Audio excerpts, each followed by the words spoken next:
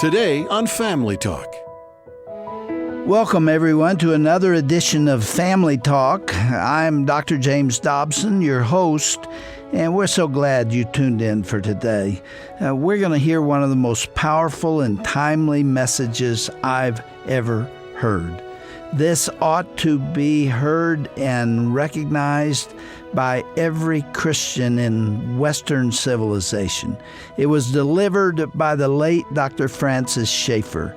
He was a philosopher. He was the author of numerous best-selling books, including The Great Evangelical Disaster, Pollution and the Death of Man, How Should We Then Live? The Rise and Decline of Western Thought and Culture, Whatever Happened to the Human Race, that was written with future Surgeon General C. Everett Koop, and A Christian Manifesto, Christian Principles for Secular Politics.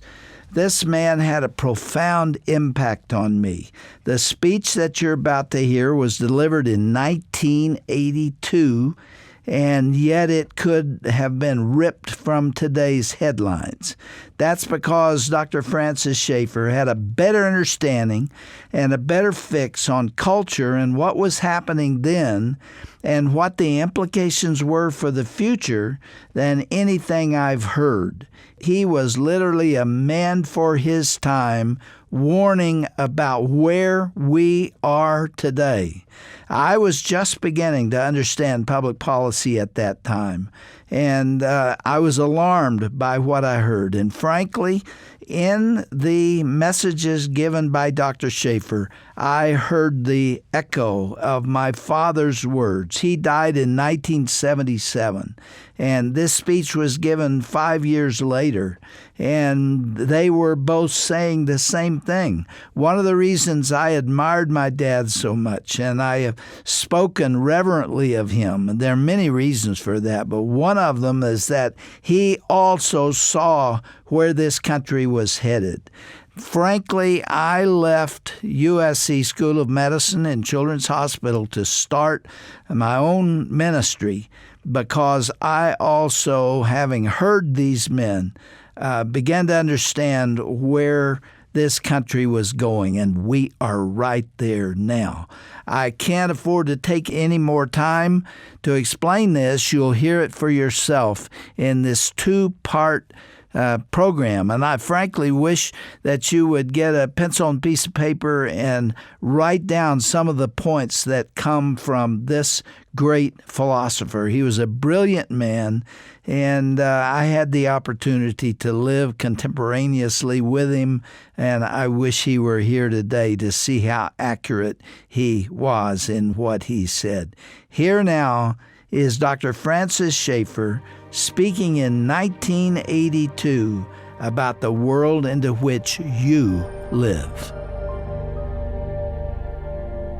Instead of seeing things which have gradually begun to trouble Christians and others also of goodwill, such as over-permissiveness, pornography, the problem of the public schools, the breakdown of the family, abortion, infanticide, the killing of newborn babies, the increased emphasis upon the euthanasia of the old, many, many other things.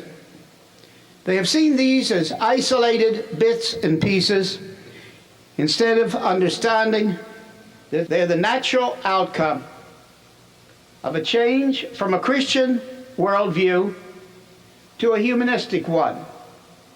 Humanism means the man is the measure of all things. If this other final reality of material or energy, shaped by pure chance, is the final reality, it gives no meaning to life, it gives no value system, it gives no basis for law, and therefore in this case, man must be the measure of all things. You must realize that when we speak of man being the measure of all things under the humanist label, the first thing is that man has only knowledge from himself, that he being finite, limited, very faulty in his observation in many things, specifically in this view, there is no place for any knowledge from God. And more frightening still, in our country, at our own moment of history, is the fact that any basis of law then becomes arbitrary, merely certain people making decisions as to what is for the good of society at the given moment. Now, this is the real reason for the breakdown in morals in our country. It's the real reason for the breakdown in values in our country. And it is the reason that our Supreme Court now functions so thoroughly upon the fact of arbitrary law. They have no basis for law that is fixed. There are certain few people come together and decide what they arbitrarily believe is for the good of society at the given moment, and that becomes law. So if you hold this other worldview, you must realize that it is inevitable that we will come to the very sorrows of relativity and all these other things that are so represented in our country at this moment of history. It should be noticed that this new dominant worldview is a view which is exactly opposite from that of the founding fathers who founded this country. Now, not all the founding fathers of this country were individually, personally Christians. That certainly is true. But nevertheless, they founded the country on the base that there is a God who is the creator. Now I come to the next central phrase. Who is the creator who gave the inalienable rights. We must understand something very thoroughly. If the state gives the rights, it can take them away. They're not inalienable. If the state gives the rights, they can change them and manipulate them. But this was not the view of the founding fathers of this country. They believed, though not all of them were individual Christians, that there was a creator, and that this creator gave the inalienable rights. Even the freedoms which are being used now to destroy the freedoms. The reason that these freedoms were there is because they believed there was somebody who gave the inalienable rights, which indeed, therefore, limited the power of the state and the government specifically by these inalienable rights. But if we have the view that the final reality is material or energy, which has existed forever in some form, we must understand this view never, never, never would have given the rights which we now know, and which unhappily I say to you, those of you who are Christians, too often you take much for granted.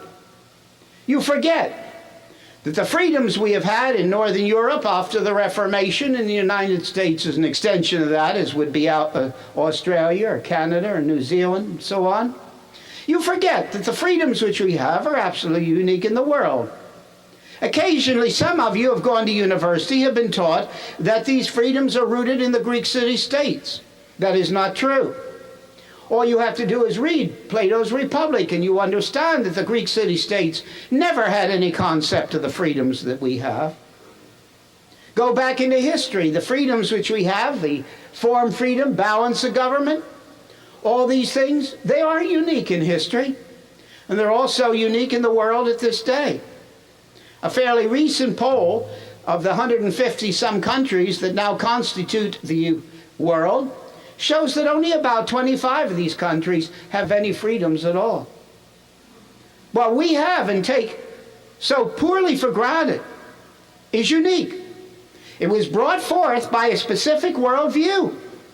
And that specific worldview was the Judeo-Christian worldview, and especially as it was refined in the Reformation, putting the authority indeed at a central point, not in the church and the state and the Word of God, but rather the Word of God alone.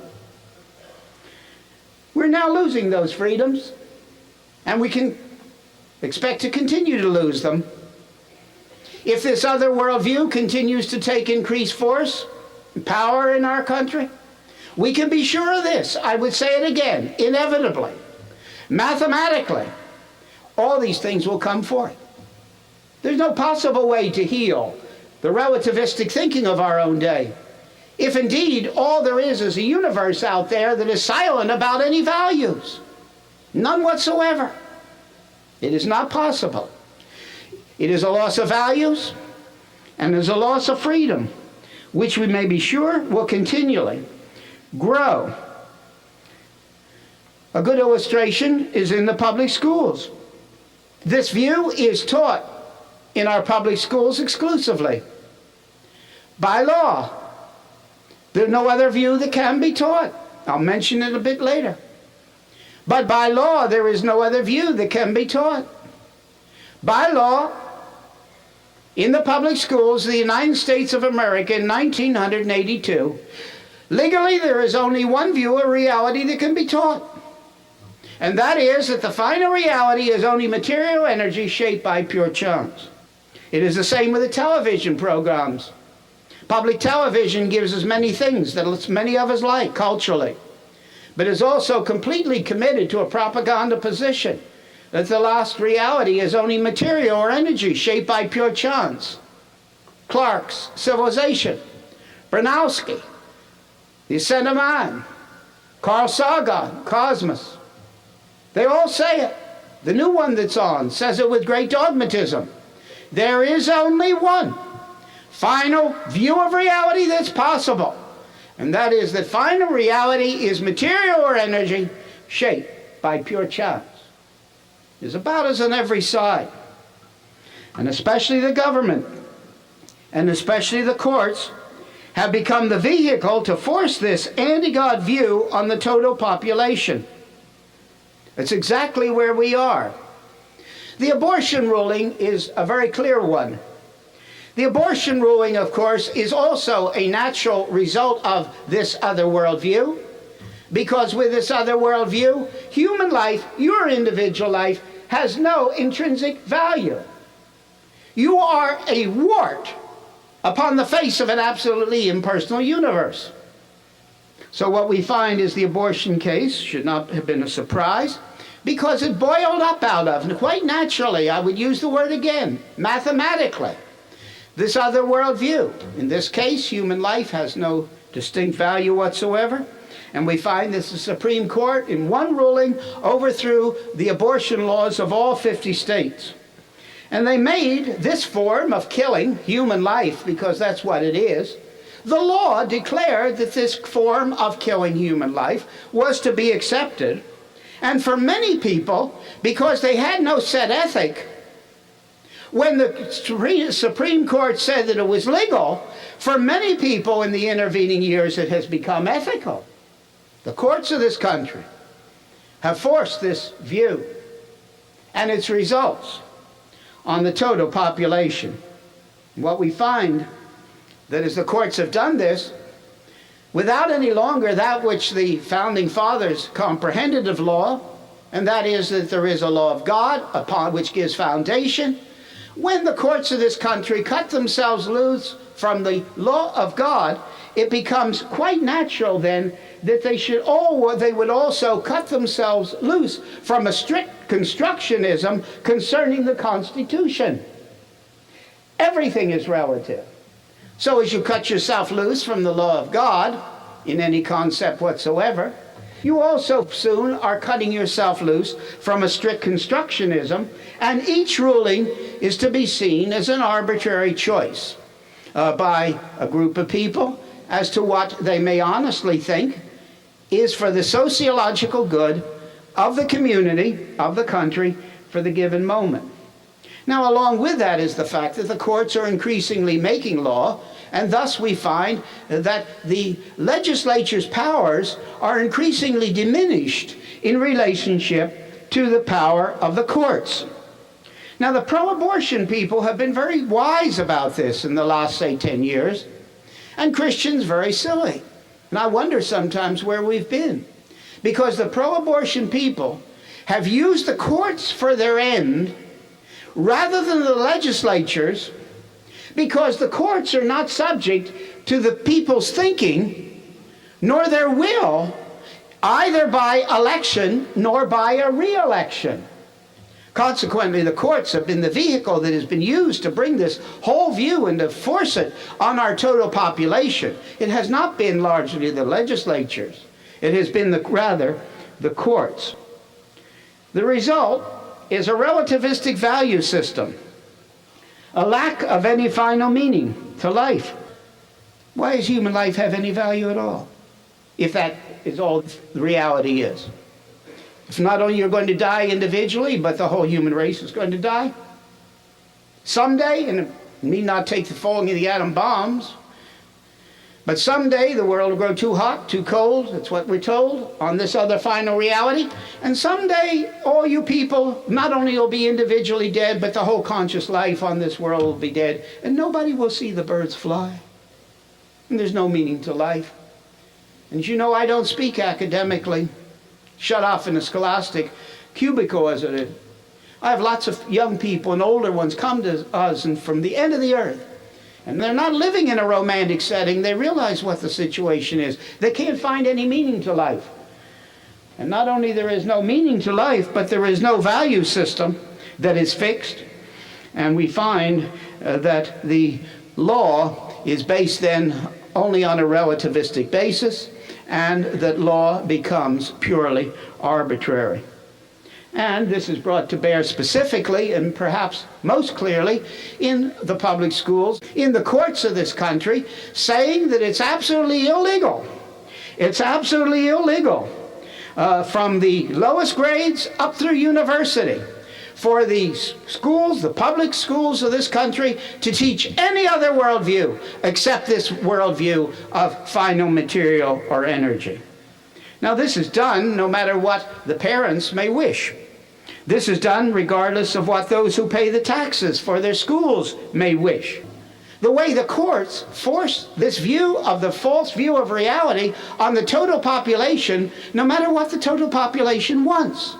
We find that in January 18th, just recently, Time magazine, there was an article that said that there was a poll that pointed out that about 76% of the people in this country thought it would be a good idea to have both creation and evolution taught in the public schools. I don't know if the poll was accurate, but assuming that the poll was accurate, what does it mean? It means that your public schools are told by the courts that they cannot teach this, even though 76% of the people in the United States want it taught. I'll give you a word. It's tyranny. There is no other word that fits at such a point. And at the same time, we find the medical profession has radically changed. Dr. Koop, in our seminars for Whatever Happened to the Human Race, often said that speaking himself, when I graduated from medical school, the idea was not how can I save this life, but should I save this life? Believe me, it's everywhere. It isn't just abortion, it's a fanticide. It's allowing the babies to starve to death after they're born if they do not come up to some doctor's concept of a quality of life worth living. So what we find is that the medical profession has largely changed. Not all doctors. I'm sure there are doctors here in the audience who feel very, very differently, who feel indeed that human life is important and you wouldn't take it easily, wantonly. But in general, we must say, and all you have to do is look at the TV programs, all you have to do is to hear about the increased talk about the euthanasia, allowing the mongoloid child, the child with the Down syndrome, to starve to death if it's born this way. Increasingly, we find on every side the medical profession has changed its views. The view now is this life worth saving? I look at you. You're an older congregation than I'm usually used to speaking to. You better think, because this means you. It does not stop with abortion and infanticide. It stops with the question, what about the old person? Is he worth hanging on to? Is he worth hanging on to? Should we, as they're doing in England in this awful, awful organization, Exit, teach older people to commit suicide? Should we help them get rid of them because they're an economic burden, a nuisance? I want to tell you, once you begin chipping away in the medical profession at the intrinsic value of human life, founded upon the Judeo-Christian concept that man is unique because he is made in the image of God. And his value is not because he's well, strong, a consumer, a sex object, or any other thing. His value is intrinsic because he is unique in the universe as made in the image of God. That is where whatever compassion this country has, and certainly it's rooted in the fact that our culture knows that man is unique as made in the image of God. Take it away, and I just say gently, the stopper is out of the bathtub for all human life. The January 11 Newsweek has an article about the baby in the womb. The first 5 or 6 pages are marvelous. If you haven't seen that, you should dig it. See if you can get that issue.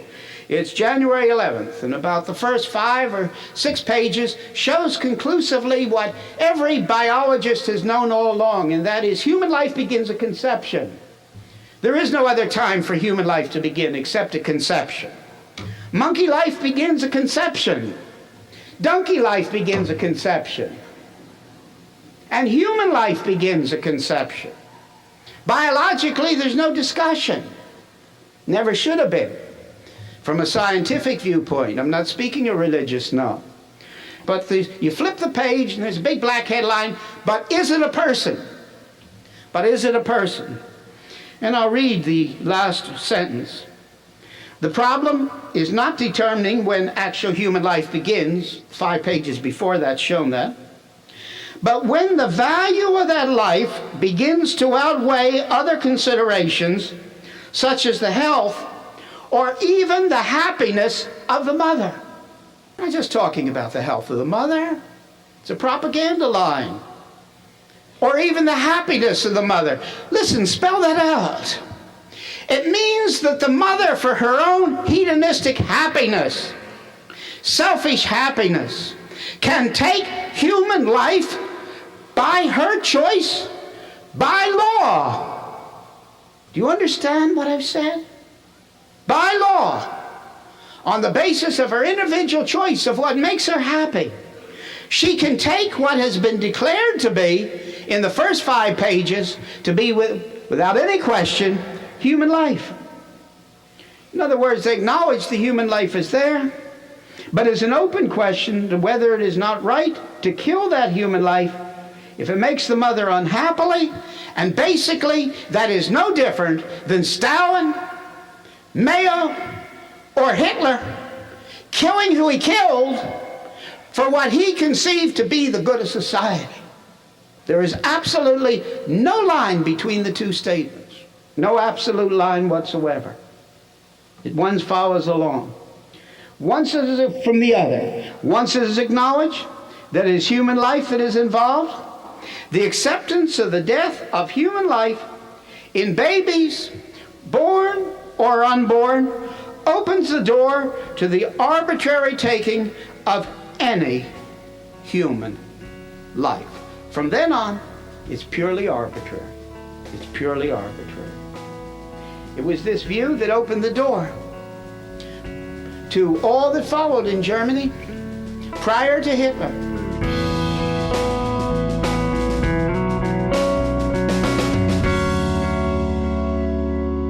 Well, that was the first half of a message given by Dr. Francis Schaeffer, a philosopher, a writer, a culture watcher, and a man who loved God with all his heart. Tomorrow, we're going to pick it up right here and listen to the second half of that speech. I urge you to listen and take to heart the things that this man said, because he was talking about our world in alarming terms, and he was dead right. He went on to be with the Lord in 1984, but I wish he were here to see just how accurate he was. With that, our time is gone. We will welcome you here again tomorrow.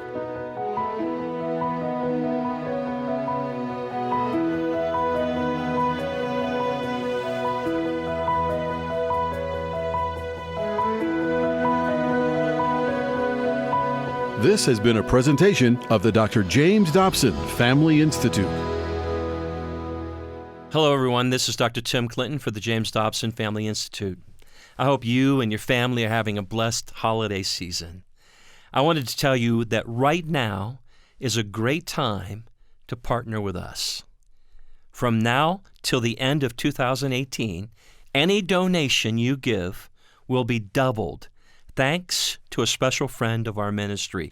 This match remains in place until we've reached our goal.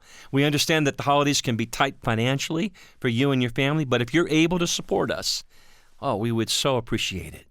Learn more about our ministry and our end-of-year matching grant at drjamesdobson.org, or you can call us toll-free, 877-732-6825. Thank you for your continued prayers and support.